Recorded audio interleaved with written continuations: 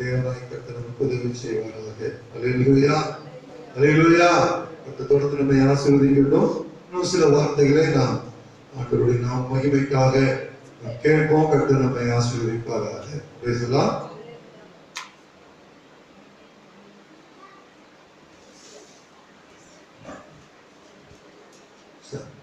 யோவான் எழுதின சுவிசேஷம், யோவான் எழுதின சுவிசேஷம் 15வது அதிகாரம். யோவான் எழுதின சுவிசேஷம் 15வது அதிகாரம் தன்னுடைய 4வது வசனத்துல வாசிக்கும் பொழுது, என்னில் நிலைத்திருங்கள், நானும் உங்களில் நிலைத்திருப்பேன். கொடியானது திராட்சை செடியில் நிலைத்திராவிட்டால் அது தானாய் கனி கொடுக்க மாட்டாதது போல நீங்களும் என்னில் நிலைத்திராவிட்டால் கனி கொடுக்க மாட்டீர்கள். பேசலாம். அல்லேலூயா. கர்த்தருடைய நல்ல நாமம் மகிமைப்படுவதாக. அர்ப்பணிப்பு என்கிற காரியத்துல நம்முடைய அடுத்த நிலை என்னன்னு சொல்லி பார்த்தோம் சொன்னா, தேவனுக்குள் நிலைத்திருப்பது ரொம்ப முக்கியம். ஆண்டவருக்குள்ள நிலைத்திருப்பது, நம்முடைய ரட்சிப்பிலே நிலைத்திருப்பது, நம்முடைய விசுவாசத்திலே நிலைத்திருப்பது, தேவ அன்பிலே நிலைத்திருப்பது, நம்முடைய பரிசுத்தத்தில் நிலைத்திருப்பது, நம்முடைய ஆவிக்குரிய வாழ்க்கையில நிலைத்திருப்பது, நம்முடைய சபையிலே நிலைத்திருப்பது. இப்படி நிலைத்திருக்கிற காரியத்தை குறித்து நிறைய வேத வசனத்துல சொல்லியிருக்குது. வேத வசனத்துல அதெல்லாம் நிலைத்திரு அப்படின்னு சொல்லி, உன்னுடைய உண்மையிலே நிலைத்திரு அப்படின்னு சொல்லி, வாயின் வார்த்தையை நிலைத்திரு அப்படின்னு சொல்லி. அல்லேலூயா. ஆண்டவருக்கு சொல்றார். இதெல்லாம் அடுத்த பகுதி. சொல்றான், இவைகள் எல்லாவற்றிலும் நிலைத்திருக்க வேண்டுமே. ஆனால் முதல்ல ஆண்டவர் சொல்றாரு, என்னில் நிலைத்திருங்கள், என்னில் நிலைத்திருங்கள். அல்லேலூயா. யாருல நிலைத்திருக்கிறோம்? நம்ம அவரில் நிலைத்திருக்க வேண்டும், ஆண்டவருக்குள்ளா இருக்க வேண்டும். ஆண்டவருக்குள்ளா இருக்கக்கூடிய அனுபவம் இருக்கிறதே, அதுதான் ரொம்ப மேன்மையான ஒன்று, மகிமையான ஒன்று, சந்தோஷமான ஒன்று. ஒருவர் கர்த்தருக்குள் இருக்கிறான் என்கிற அந்த சந்தோஷத்தை பார்க்கிறோம். யோவான் எழுதின சுவிசேஷத்துல, யோவான் எழுதின நிருபத்துல 3 யோவான் அதனுடைய 2வது வசனமா, 2வது வசனத்தை வாசிங்களேன். 3 யோவான் 2வது வசனத்துல,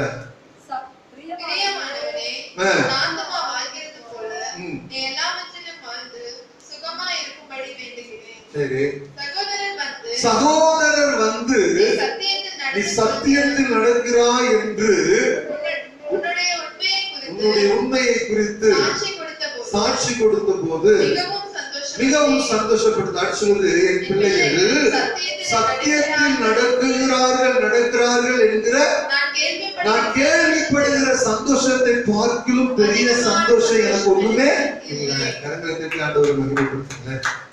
எது ஆண்டவருக்கு மிகுந்த சந்தோஷத்தை கொடுக்கக்கூடியது அப்படின்னா, ஒரு மனுஷன் கர்த்தருக்குள்ள இருக்கிறான், இவன் கர்த்தருக்குள்ள இருக்கிறான் என்பதுதான் மிகுந்த சந்தோஷம்.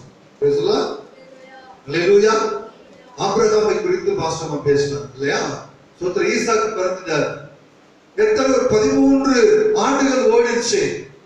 சோத்திரம் 21வது அதிகாரத்துல ஒரு 13 வருடங்கள் கழிஞ்சு போயிடுச்சு.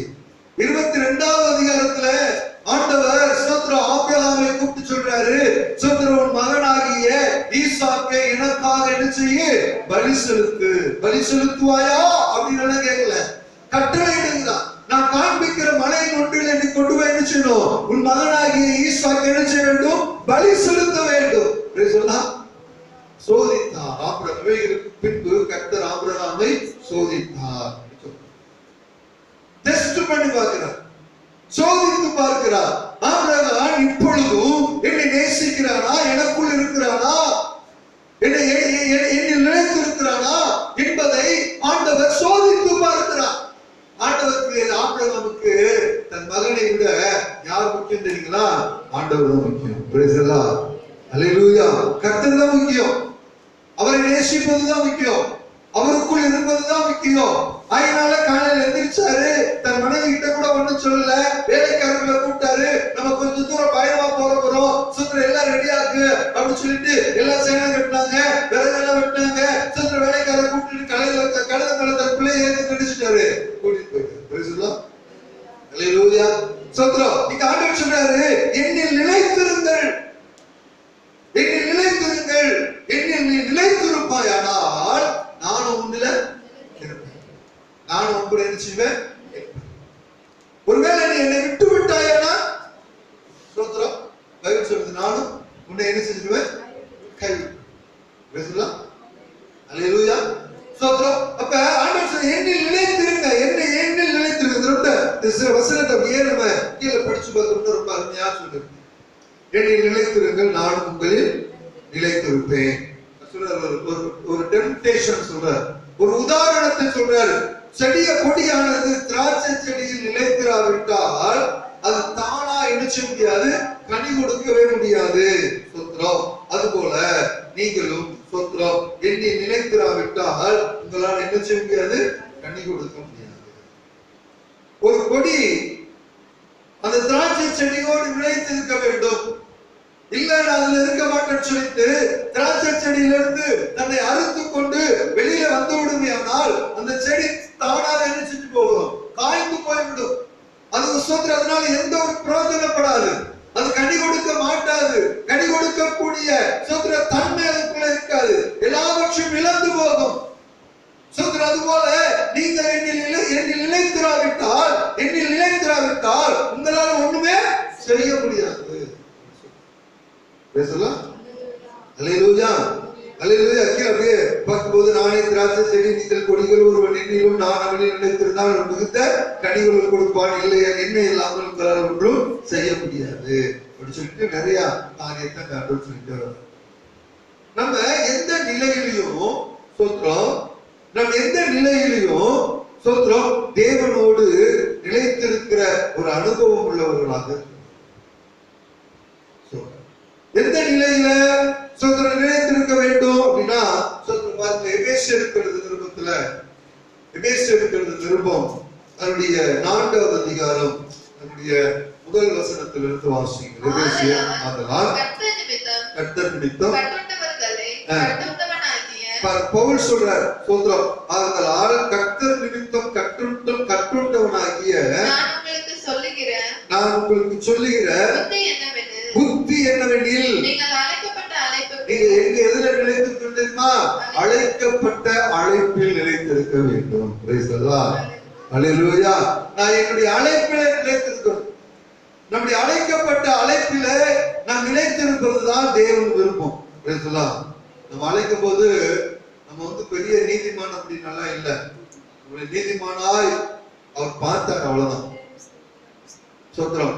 பவுல் சொல்றார், தீமோத்தேயுக்கு சொல்லும் போது, என்னை உண்மை உள்ளவன் என்று எண்ணி. உண்மை உள்ளவரா பவுல்? சோத்திரம். பவுலை சந்திக்கும் பொழுது பவுல் உண்மை உள்ளவரா? அப்போஸ்தலர் 9வது அதிகாரத்தில் வாசித்து பாருங்க. அதுக்கு முன்னாடி ஸ்தேவானை கொலை செய்ததற்கு பவுல் தான் சம்மதித்திருந்தார். முதல் சோத்திரம் 9வது அதிகாரத்தில் சொல்லப்பட்டிருக்கிறது. ஒரு பயங்கரமா சோத்திரம் சீரி பிரதான ஆசாரியரிடத்துல போய் சோத்திரம் அதிகாரத்தை வாங்கிட்டு போறாரு. அவ்வளவு சோத்திரம் மோசமான ஆளு. ஆனா பவுல் சொல்றாரு, என்னைய உண்மை உள்ளவன் என்று எண்ணி. எப்படி இருந்தாலும் இவன் மோசமான ஆளாக, வெளிப்பார்வையில் மோசமான ஆளாக இருந்தாலும் அவனை உண்மை உள்ளவன் என்று ஆண்டவர் நினைச்சுறாங்க. சகையு வெளியில இருக்கிற எல்லாருடைய ஜனங்களுடைய பார்வையிலும் சகையு மோசமானவன். ஆனா கர்த்தர் சொல்றாரு, இன்றைக்கு இந்த வீட்டிற்கு ரட்சிப்பு வந்தது, இவனும் ஆபிரகாமின் குமாரனாக இருக்கிறான். யாக்கோபு அவனுடைய சகோதரனாகிய ஏசாவின் பார்வையில ஏமாற்றுக்காரன், எத்தன் ஏமாற்றுக்காரன். ஆனா மல்கியால சொல்லப்படுகிறது, ஏசாவை பார்க்கிலும் யாக்கோபை கர்த்தர் நேசித்தார். அல்லேலூயா. அல்லேலூயா. அப்ப நம்முடைய உண்மையால் அல்ல, சொல்லப்பட்டிருக்கிறது பாருங்களேன். என்ன சொல்லுது, நீங்கள் அழைக்கப்பட்ட அழைப்புக்கு பாத்திரவான்களாய் நடந்து கொள்ளுங்க. அதுக்கு முன்னாடி எப்படி இருந்தீங்களோ தெரியாது. இப்ப அழைக்கப்பட்ட அழைப்புக்கு தேவ பிள்ளைகளால் தெரிந்து கொள்ளுதலுக்கு சொல்றோம். உங்களை ரட்சித்திருக்கிறாரே, உங்களை மீட்டெடுத்திருக்கிறாரே, விசுவாசிக்கிற பெயரை கொடுத்திருக்கிறார். கொடுக்கிறாரு. சோதரன் அழைக்கப்பட்ட அழைப்புக்கு நீங்க யாரா இருந்துக்கங்க, பாத்திரவான்களாய் மாறுங்க. அழைக்கப்பட்ட அழைப்புக்கு பாத்திரவான்களாய் மாறுங்க. சொல்லலாம். அல்லேலூயா. கீழே பார்த்து வருங்க. மிகுந்த தாழ்மையும் சாந்தத்தையும் நீடிய பொறுமையும் உடையவர்களாய் அன்பினால் ஒருவர் தாங்கி சமாதான கட்டினால் ஆவியில் ஒருமையை காத்துக் கொள்ளுங்கள். அல்லேலூயா. அழைக்கப்பட்ட அழைப்புல பாத்திரவான்களா இருந்து மிகுந்த மனத்தாழ்மையும் சாந்தத்தையும் நீடிய பொறுமையும் உடையவர்களாய் அன்பிலே ஒருவர் தாங்கி சமாதானம் கட்டினால் ஆவியின் ஒருமையை காத்துக்கொள்ள ஜாக்கிரதையாயிருங்கள். அழைக்கப்படும்போது நம்ம எப்படி ஒரு வாரம் ரொம்ப பரிதாபமா வரும். ரொம்ப பரிதாபம். ஒண்ணுமே தெரியாது, ஒண்ணுமே தெரியாத நிலைமையில தான் நம்ம உள்ள வாரோம்.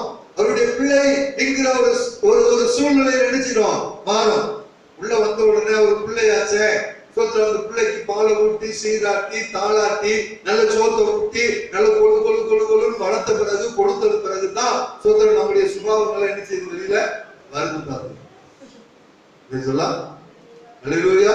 அப்பதான் அதுக்கு பிறகுதான் அழைப்பு எங்க போச்சு, தெரிந்து கொள்ளுதல் எங்க போச்சு, சோத்திரம் தேவ பிள்ளைங்கிற பெயர் எங்க போச்சு, வைராக்கி எங்க போச்சு, நம்முடைய ஜெபம் எங்க போச்சு, சோத்திரம் நம்முடைய அர்ப்பணிப்பு எங்க போச்சு, நம்முடைய தாகம் எங்க போச்சு, நம்முடைய பாரம் எங்க போச்சு, நம்முடைய சாட்சி எங்க போச்சுன்னு தெரிய மாட்டேன்.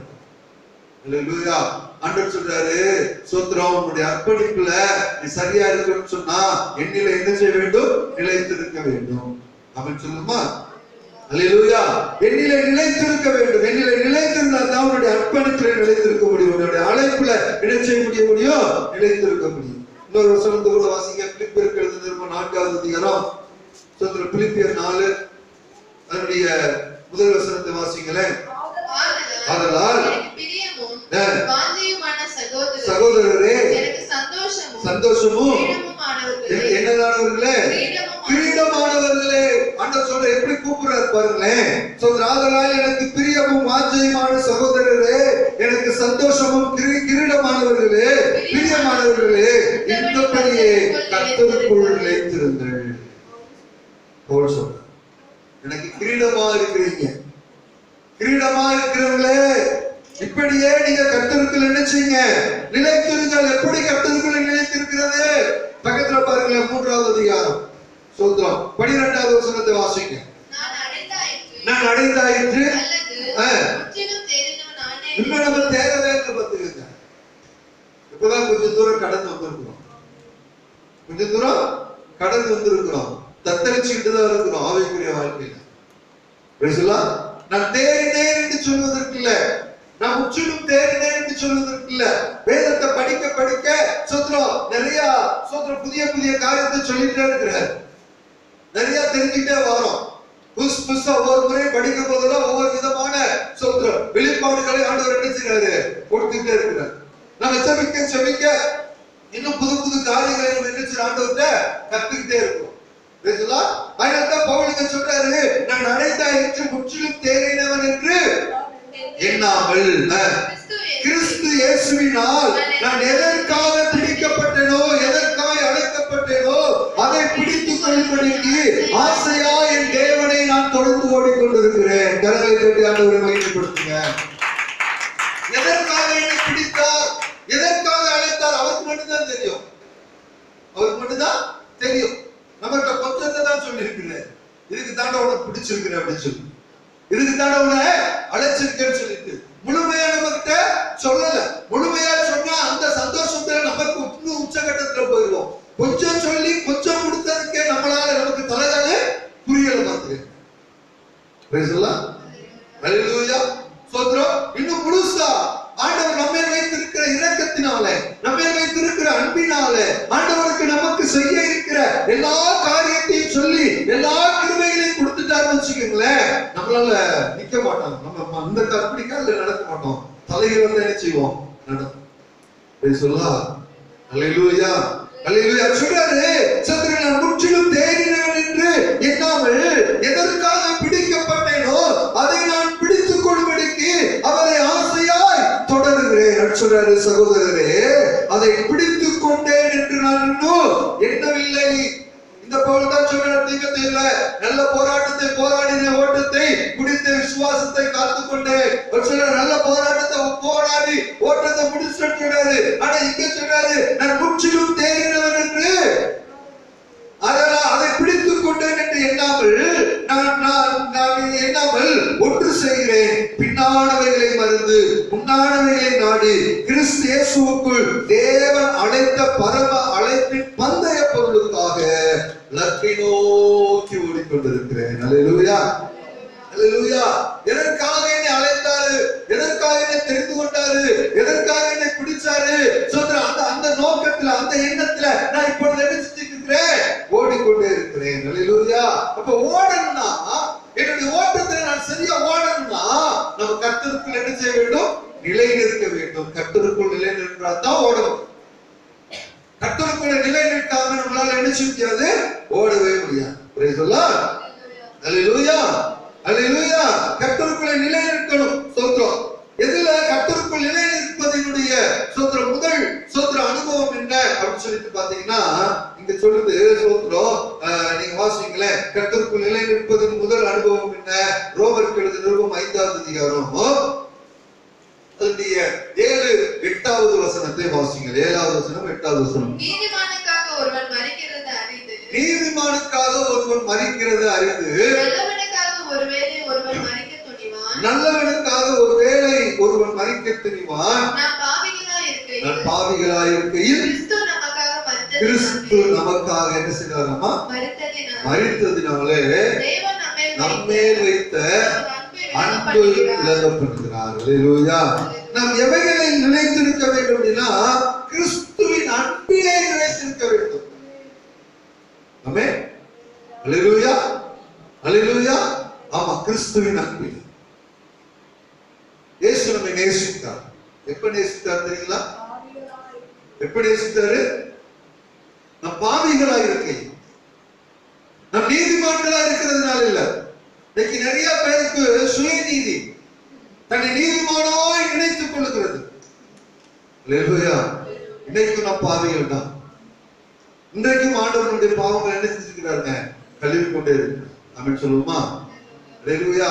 சோதரம் நீதிமான்கள் அல்ல, நீதிமான்கள் ஆக்கப்பட்டு கொண்டு இருக்கிறோம்.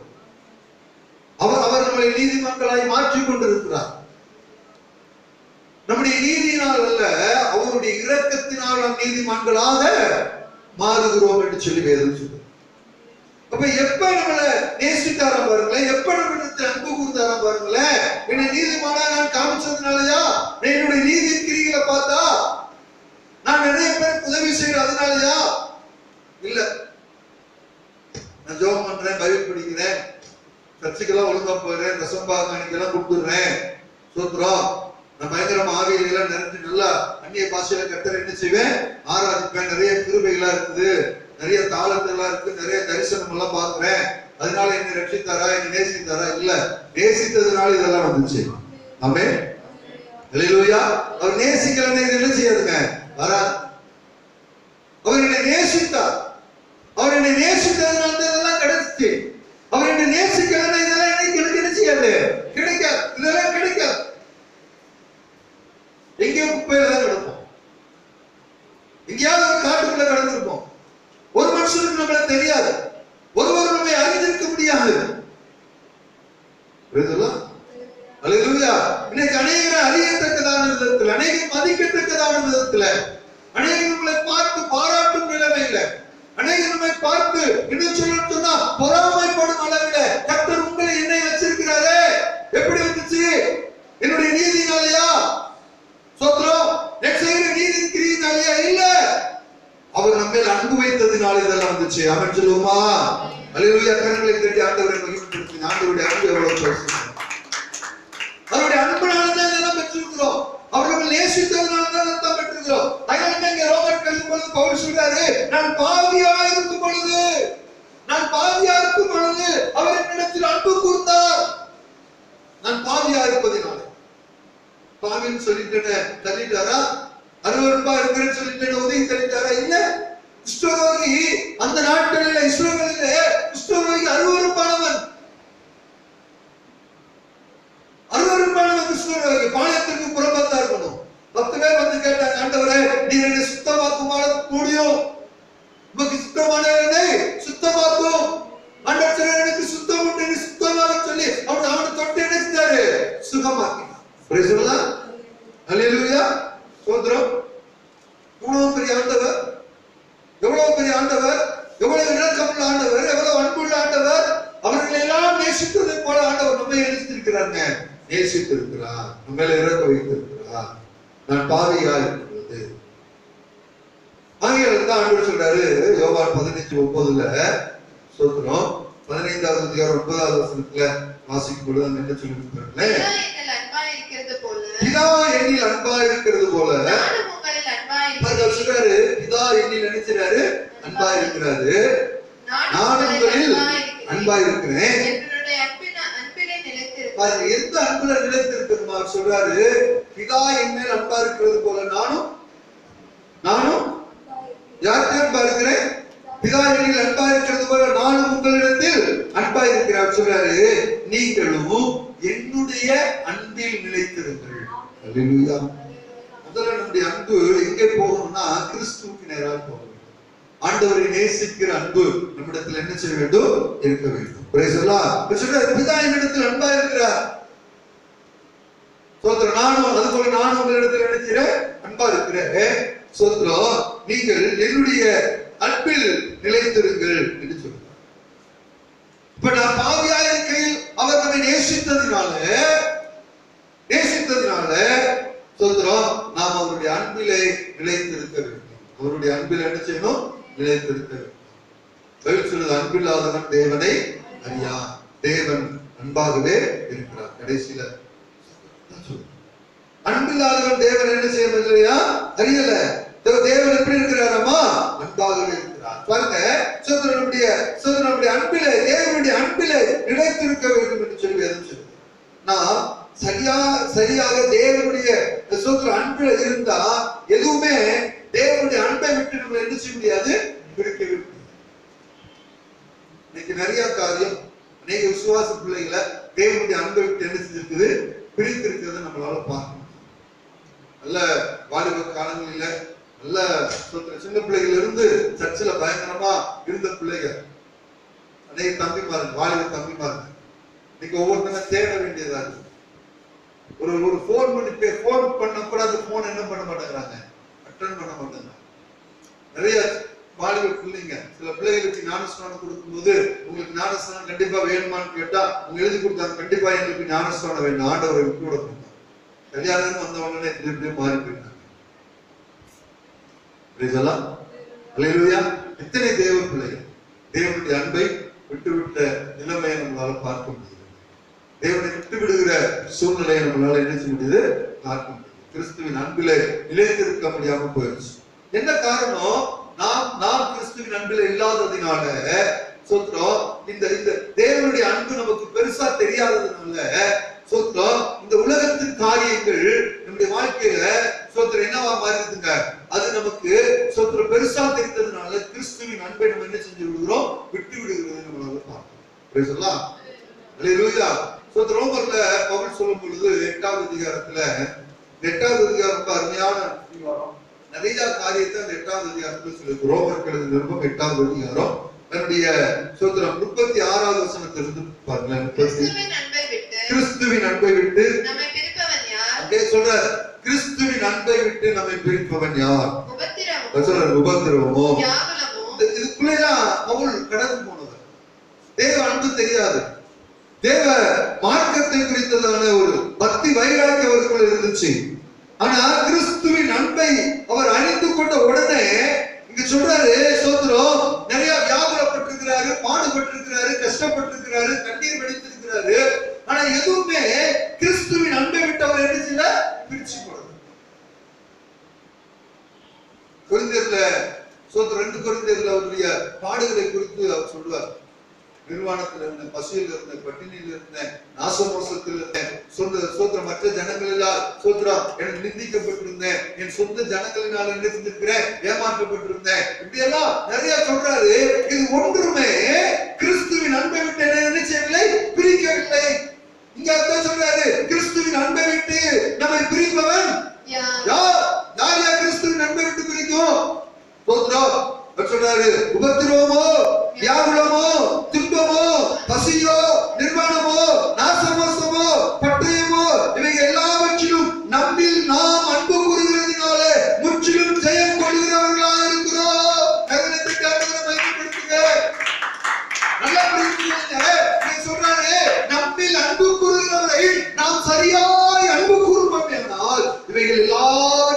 இருந்து நம்மளால ஜெயம் எடுக்க முடியும். ஆமென். அல்லேலூயா, அல்லேலூயா. ஸ்தோத்திரம். மற்ற தேவ பிள்ளைகளுக்கும் மற்ற சபையில் இருக்கிற தேவ பிள்ளைகளுக்கும் ஆவிக்குரிய சபைகள் இருக்கிற தேவ பிள்ளைகளுக்கு என்ன ஒரு வித்தியாசம்னா, அவங்களுக்கு இருக்கிற சபையை குறித்த வைராக்கியம் கூட நம்ம பிள்ளைங்களுக்கு சபையை குறித்த வைராக்கியம் இல்லை. அவங்க சொல்ற எங்க சர்ச்சில் தான் எங்க பாஸ்டர் வச்சு தான் என்ன செய்யணும், கல்யாணம் முடிக்கணும் அப்படின்னா இவங்க சொல்லிடுறாங்க, ஒருவேளை அந்த மாப்பிள்ளை இல்லாம போயிருமோ, அந்த பொண்ணு இல்லாம போயிருமோ.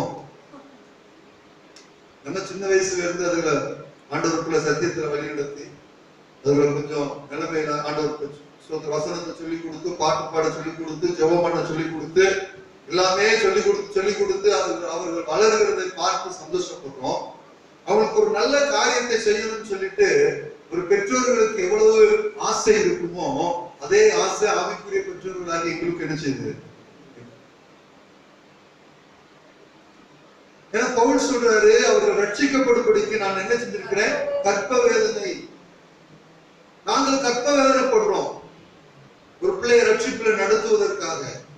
கற்ப வேதனைப்பட்டு அதை ரட்சிப்புகளை நடத்தி அதுக்கு ஒரு நல்ல காரியத்தை செய்ய போகும்போது சொல்றோம், நம்மளை புறக்கணிக்கப்படும் பொழுது எவ்வளவு வேதனை இருக்கு தெரியுங்களா? சபையை குறித்த பக்தி வைராக்கியம் நமக்கு இல்ல.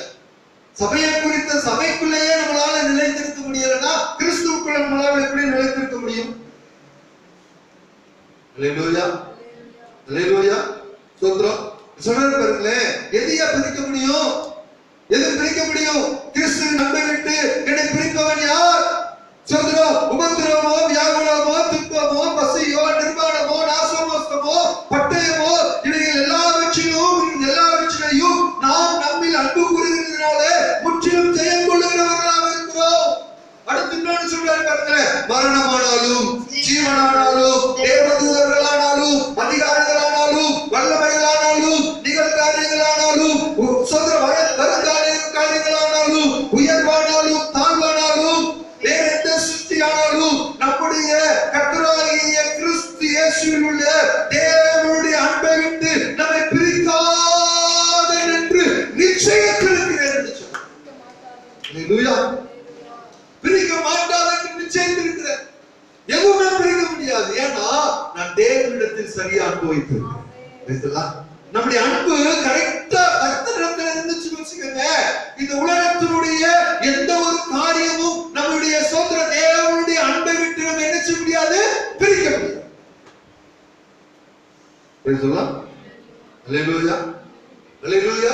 தேவனுடைய அன்பிலே நிலைத்திருக்கும் சோதரம். அதுதான் நம்முடைய சோதர அர்ப்பணிப்புல சோதரம் ஒரு முக்கியத்துவம் வாய்ந்தது. அல்லேலூயா. அதான் பவுல் சொல்றார் ரோமர்ல, தேவனுடைய அன்பிலே நிலைத்திருங்கயா. சோதரம் எது நம்ம பிரிக்கும்? இதெல்லாம் பிரிச்சுக்குமா? இதெல்லாம் பிரிச்சிடாதே. கிறிஸ்துவின் அன்பை விட்டு நம்ம என்ன செய்யாது, இதெல்லாம் பிரிக்காதே. தேவனுடைய அன்புல நம்ம கரெக்டா இருக்கணுமா? ஆண்டவர் மேல சரியா நம்முடைய அன்பு இருக்குன்னா நமக்கு தேவையானதெல்லாம் அவர் கொடுத்துருவாரு. அவர் தெரியும், என் பிள்ளை என்ன நேசிக்கிற பிள்ளை, என்ன என்ன நேசிக்கிற பிள்ளை சொல்லிட்டு. அல்லேலூயா. சோத்ரம். ஊருக்கு போறோம். இந்த ஊர்ல எல்லாம் ஒரு பாட்டுக்கு ஒரு தடவை, மாசத்துக்கு ஒரு தடவை, நாங்க சின்ன பிள்ளைகளா இருக்கும்போது எங்க வீட்டுல இருந்து மூணார் அப்படின்ற இடத்துக்கு போகணும். எப்பயாவது ஒரு தடவை போவாங்க. போயிட்டு திரும்பி வரும்போது சோத்திரம் எல்லாருமே போயிட்டு திரும்பி வந்து வீட்டுக்கு தேவையான பிள்ளைகளுக்கு என்னெல்லாம் வேணும், தீப்பட்டம்லாம் நிறைய வாங்கிட்டு வருவாங்க. இதெல்லாம் இப்ப நம்ம இங்க இருந்து போறோம், வெளியில போறோம். போயிட்டு வரும்போது என்ன செய்ய மாட்டோம், சும்மா வரமாட்டேன், எனத்தையாவது ரெண்ட குடிச்சிட்டு வரோம், நம்ம பிள்ளைகளுக்கு எதையாவது வாங்கிட்டு போவோம். நம்முடைய நமக்கே இவ்வளவு அன்பு நம்முடைய பிள்ளைகள் மேல இருக்குது இல்லையா? நம்ம நேசிக்கிற பிள்ளைகள் இல்லையா? ஏதாவது வாங்கிட்டு போகணுன்ற வாஞ்சை நமக்குள்ள இருக்கு இல்லையா?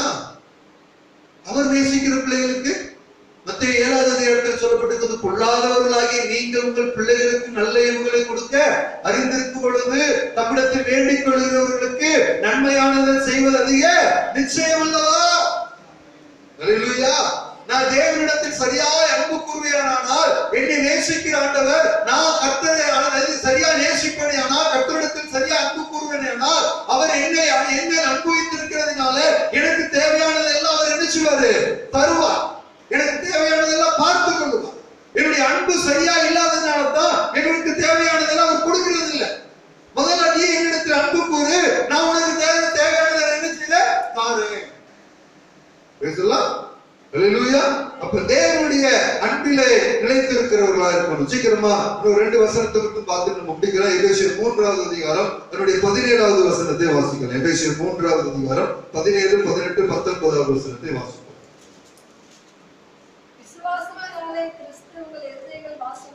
எங்க வாசமா இருக்கணும்? விசுவாசத்தினாலே கிறிஸ்து உங்கள் இருதயங்களில் வாசமாய் இருக்கவும். எப்படி இருக்கணுமா? கிறிஸ்துவின் அன்பிலே வேரூன்றி நிலை பெற்றவர்களாகி பரிசுத்தவான்களோடு கூட கிறிஸ்துவின் அன்பின் அகலம், நீளம், ஆழம், உயரம் என்னதென்று உணர்ந்து அறிவு கெட்டாத தேவனுடைய அன்பை அறிந்து கொள்ள வல்லவர்களாகும்படிக்கு தேவனுடைய சகல பரிபூரணத்தினால் நிரப்பப்பட்டவர்களாகவும் நிறையப்படவும் உங்களுக்கு அனுக்கிரகம் பண்ண வேண்டும் என்று வேண்டிக் கொள்கிறேன். அல்லேலூயா.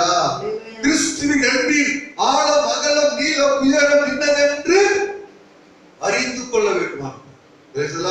இதுல கிறிஸ்துவின் அன்பிலே நிலைத்திருந்து, கிறிஸ்துவின் அன்பிலே இன்னும் வேறொன்றை நிலைத்திருந்து, அவருடைய அன்பை இன்னும் நம்ம என்ன செஞ்சு கொள்ளணும்? அறிந்து கொள்ள வேண்டும் என்று சொல்லி வேதம் சொல்லுது.